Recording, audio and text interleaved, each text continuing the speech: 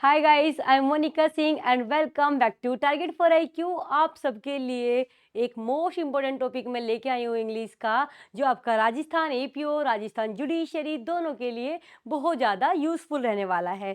तो आपको इसको बहुत अच्छे से देखना है और मैं बहुत कम टाइम में आपको पूरे सेंटेंसेस जल्दी से समझाने वाली हूँ और कंपैरिजन भी बताने वाली हूँ, जिससे कि आप लोगों का बहुत कम टाइम में एक बहुत इंपॉर्टेंट एक बेसिक टॉपिक आपका क्लियर हो जाए। क्योंकि आप कुछ भी पढ़ लें इंग्लिश में बिना टेंस के, वो सब बेकार है। आपको टेंसेस आने चाहिए प्रॉपर तरीके से। तो चलिएगा स्टार्ट करती हूँ मैं आज के आपके मोस्ट इंपॉर्टेंट टॉपिक की शुरुआत करने के लिए। देखिएगा, आप लोगों को जैसे कि सबको पता ही है, जो टेंसेस हैं हमारे वो कितने प्रकार के हैं?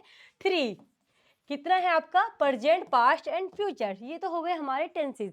Okay, present, past, future. 3 tense हो गए। प्रेजेंट जो अब है, पास्ट जो हो चुका है, फ्यूचर जो आने वाला है। ओके, इस तरीके से हो गया। अब बात करते हैं हम यहाँ पर कि इनको भी तो क्लासिफाइड किया गया है ना। इनको कैसे कैटेगराइज किया गया है वो बताती हूँ। चाहे आपका प्रेजेंट हो, चाहे आपका पास्ट हो, चाहे आपका फ्यूचर हो, इन तीनों को हम 4 भागों में बांटते हैं, अपने अपने अलग अलग। चाहे प्रेजेंट हो, चाहे पास्ट हो, चाहे फ्यूचर हो। ये present indefinite, present continuous, present perfect, present perfect continuous. उसी प्रकार से सेम हो जाएंगे past indefinite, past continuous, past perfect and past perfect continuous. जिस तरीके से ये हुआ, नेक्स्ट भी सेम होने वाला है। क्या? Future indefinite, future continuous, future perfect and future perfect continuous. 3 tense, तीनों को 4-4 भागों में बांटा हुआ है, जो मैंने आपको बता दिया है।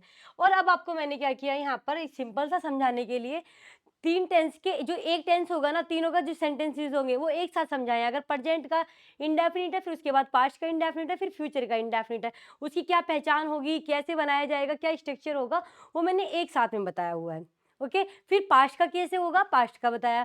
फिर फ्यूचर का कैसे होगा, इस तरीके से मैंने एक एक करके उनको ग्रुप वाइज किया हुआ है। आप इसको प्लीज देखिएगा ध्यान से। बात करेंगे हम प्रेजेंट की, सॉरी इंडेफिनिट की। इंडेफिनिट में सबसे पहले हमारा आता है कौन सा इंडेफिनिट? Present indefinite. क्या आता है आपका? प्रेजेंट इंडेफिनिट आता है। ओके, तो प्रेजेंट इंडेफिनिट को पढ़ने वाले हैं हम, सिंपल प्रेजेंट को। प्रेजेंट इंडेफिनिट में आप लोगों को बहुत अच्छे से पता है क्या।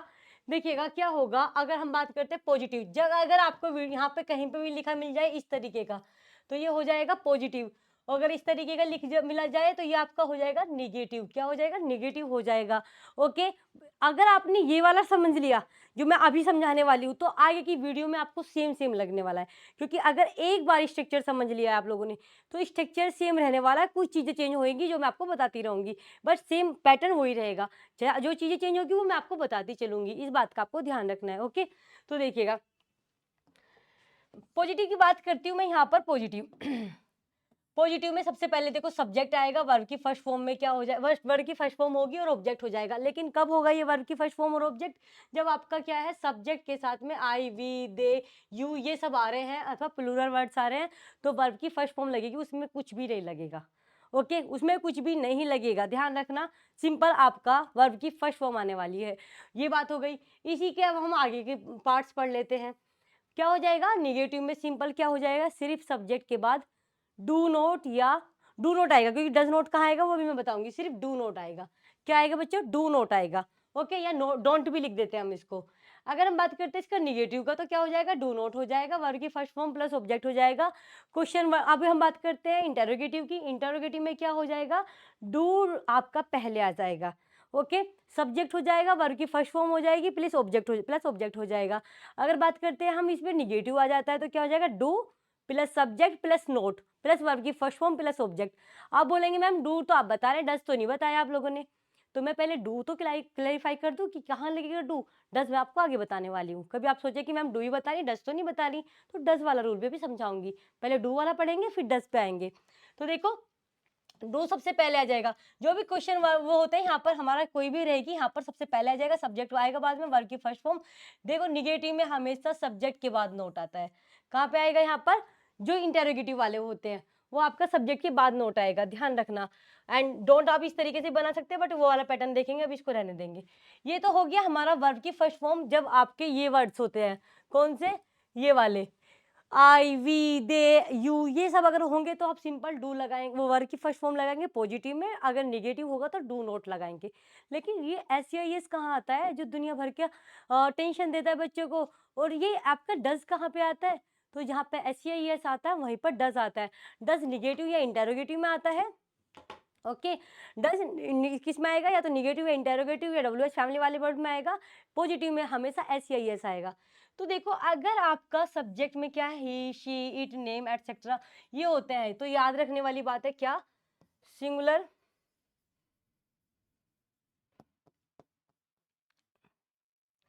Singular number plus third person.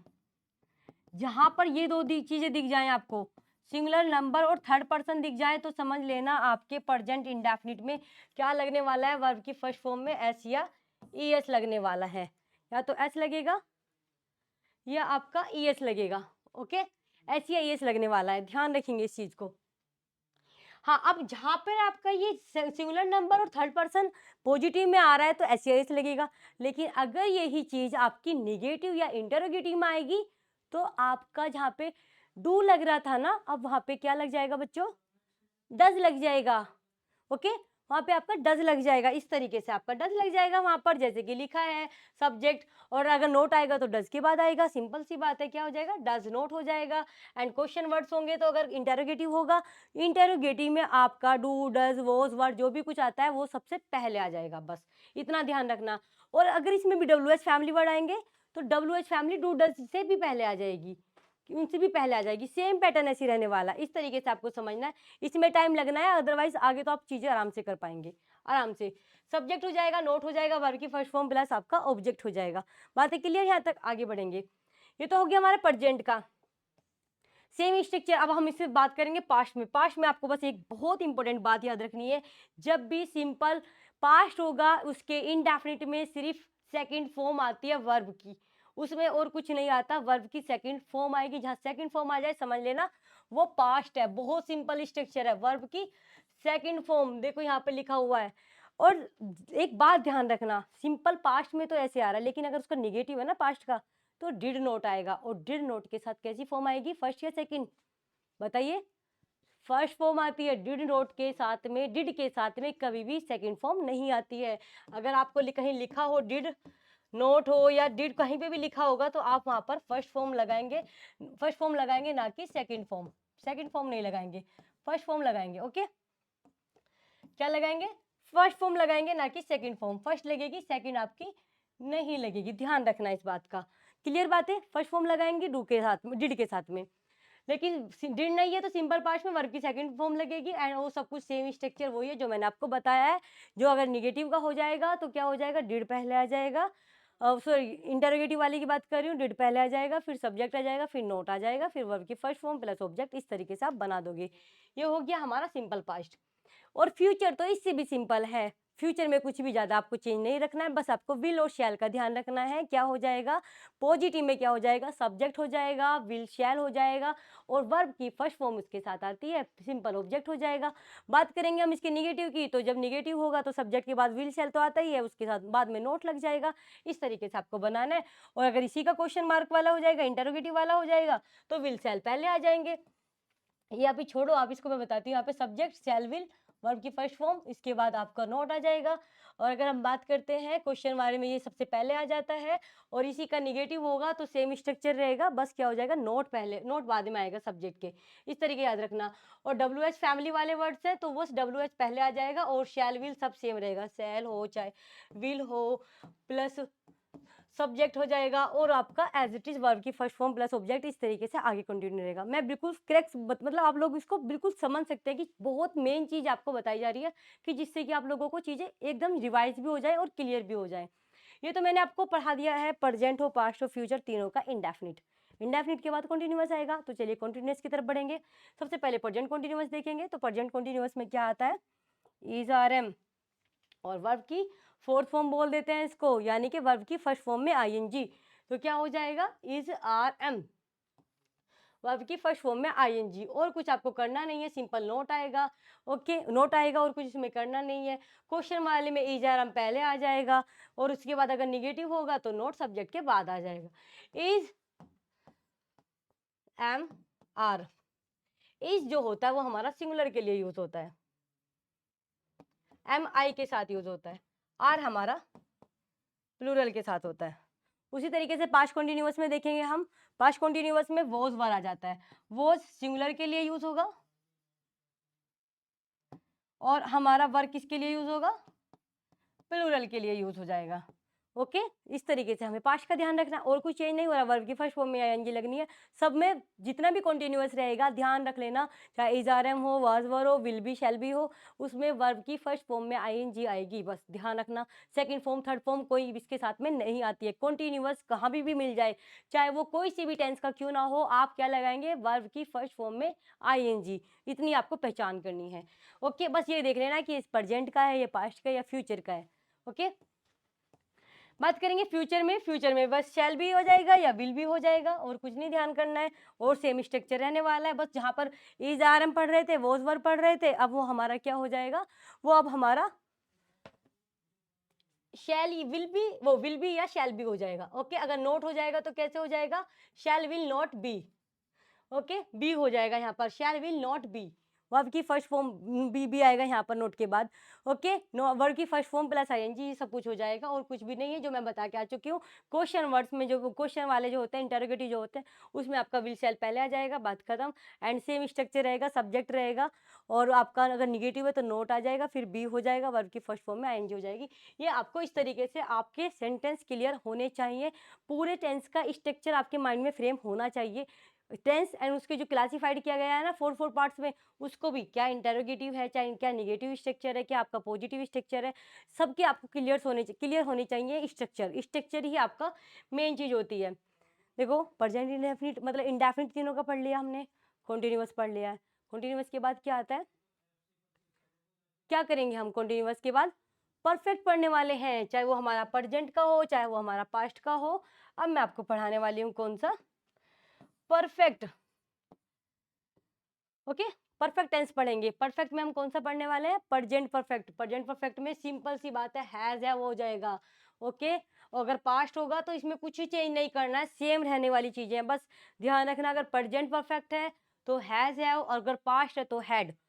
Okay, और अगर हम बात करें फ्यूचर की, अगर फ्यूचर है तो विल हैव या शैल हैव, बस ये याद रखना है।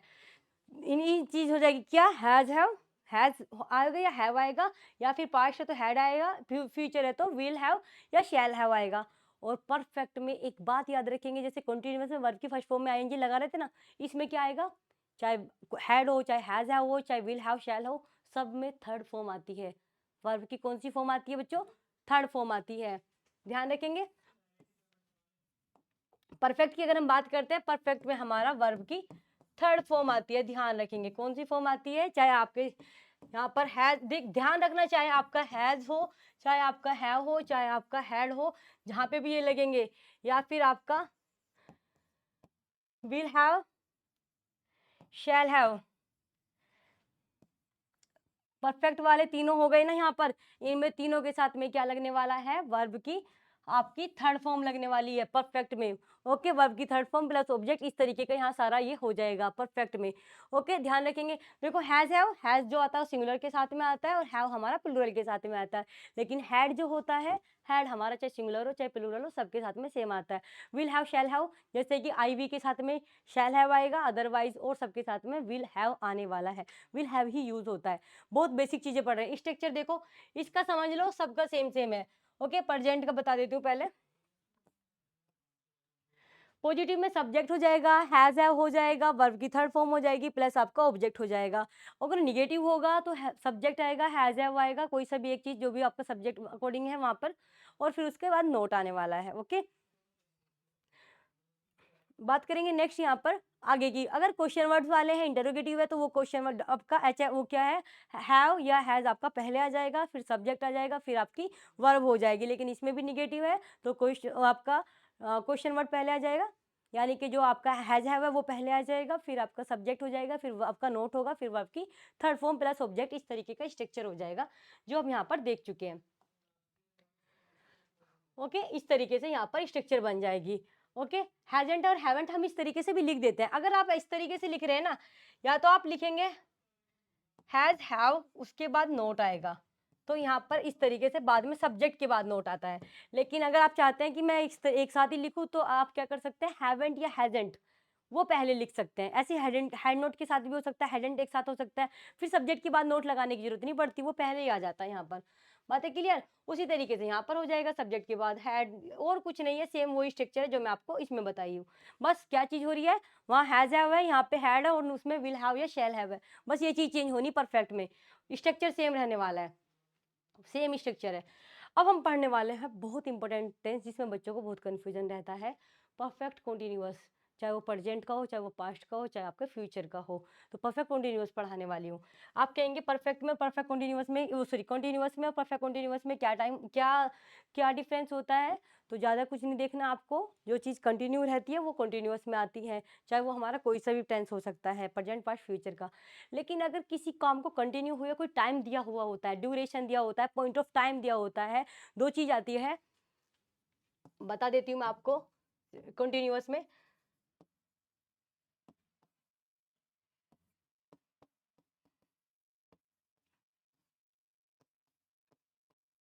Duration of time and point of time.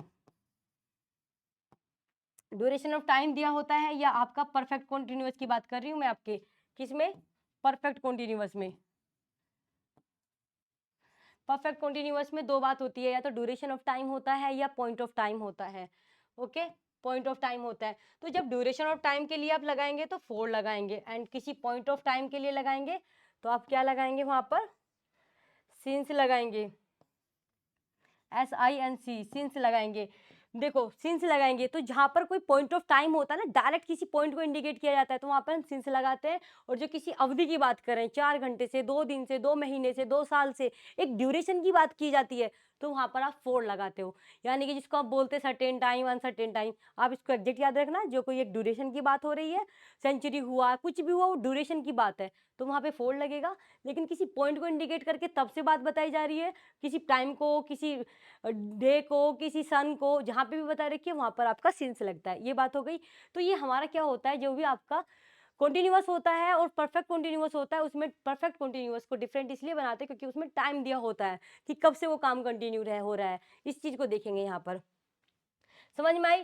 तो देखो, सिंस आपका और भी चीजें हैं जहां जहां पर होता है, उस बाद में बताऊंगी, पहले आगे की बात बता देती हूँ। स्ट्रक्चर प्रेजेंट का समझ लेना, और सब आपको एज इट इज लगेगा, कुछ और चेंज नहीं होना है वहां पर। पॉजिटिव है तो सब्जेक्ट आएगा, हैज हैव आएगा, बिल्कुल सही बात है, हैज हैव आ जाएगा। इनके साथ में जो हैज हैव है ना, बीन आ जाएगा, उस तरीके से हैड बीन हो जाएगा वहां पर पास्ट में। यहाँ पर हैज बीन, हैव बीन हो रहा है, वहां पे हैड बीन हो जाएगा।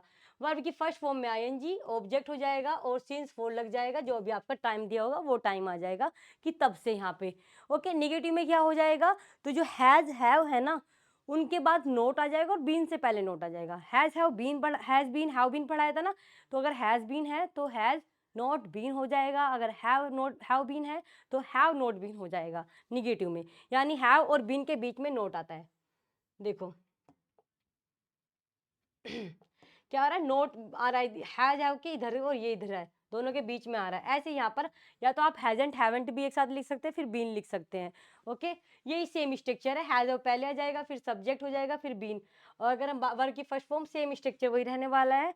और अगर हम बात करते हैं किसकी, क्वेश्चन वाले को, उसके क्वेश्चन इंटरोगेटिव वाले की, तो क्या हो जाएगा आपका, हैज हैव पहले हो जाएगा, निगेटिव की बात कर रहे हैं, सब्जेक्ट हो जाएगा, नोट हो जाएगा, बीन हो जाएगा, वर्ब की फर्स्ट फॉर्म हो जाएगी, ऑब्जेक्ट हो जाएगा, वर्ब की फर्स्ट फॉर्म में आईएनजी हो जाएगा, ऑब्जेक्ट हो जाएगा, सिंस फोर हो जाएगा। इस तरीके से कर सकते हैं। या हैज एंड हैवंट स्टार्टिंग में लगा के सब्जेक्ट, वर्ब की first form plus ING plus object and for since आप यूज करके टाइम लगा सकते हैं। ये एक छोटा सा स्ट्रक्चर हमारा इसका हो गया।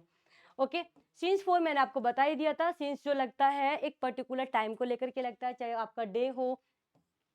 ओके, डे के लिए होता है आपका डे, मंडे, ट्यूसडे, ये सब हो जाएगा। ईयर 2005, 2017, 7 मई, 8 मई, डेट्स के लिए हो जाता है, मंथ्स के लिए हो जाता है, ओकेजन्स के लिए हो जाता है। होली से मैं ये काम कर रही हूँ, दिवाली से ये काम कर रही हूँ, किलो 7 बजे से, मैं अगर बोलूँ मैं 7 घंटे से पढ़ रही हूँ, 7 घंटे ड्यूरेशन हो गया तो फोर लगेगा। मैं 7 बजे से ये काम कर रही हूँ तो 7 बजे एक पॉइंट ऑफ टाइम हो गया, तो उसमें सिंस लगेगा। Stage of life, since childhood, बचपन से मैंने ये काम किया है। एडोलसेंस, ये सब चीज़ें क्या होती है, हमारी लाइफ की स्टेजेस होती हैं। तो आप पर्टिकुलर बता रहे हैं कि उस पॉइंट ऑफ टाइम से मैंने ये काम करना शुरू किया, तो वहाँ पर आप सिंस लगाएंगे। और जैसे कि आज मैं सुबह से आपको पढ़ा रही हूँ, मैंने कल मैंने आपको दोपहर से पढ़ाना शुरू मैं आपको दोपहर से पढ़ा रही हूँ, तो जो दोपहर है, इसी मॉर्निंग है, ये आपका पॉइंट ऑफ टाइम है। तो यहाँ पर पार्ट ऑफ ईच डे के पार्ट्स के लिए भी हम सिंस लगाते हैं। ओके, अब परफेक्ट, पास्ट परफेक्ट के बारे में मैं बताऊँ आपको।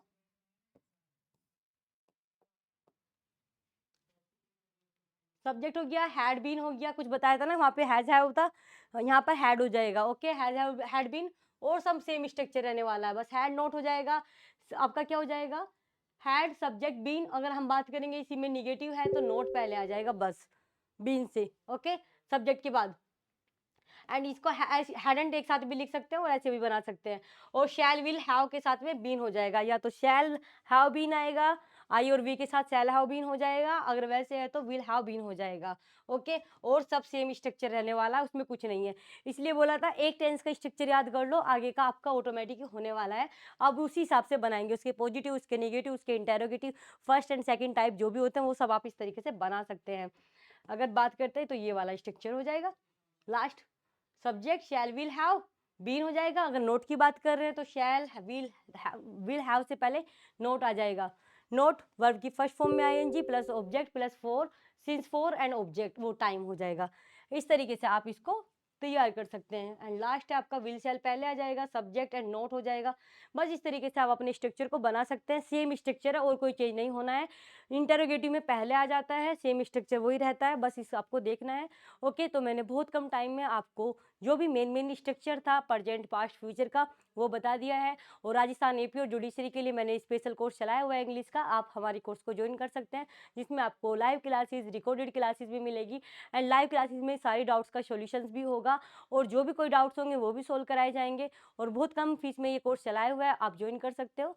और किसी भी तरह की कोई भी क्वेरीज है अगर आपको, तो वो आप हमसे कर सकते हो। आपको नंबर मिल जाएगा डिस्क्रिप्शन बॉक्स में इसी वीडियो के लिंक में, तो आप कर सकते हैं। And thank you so much everyone.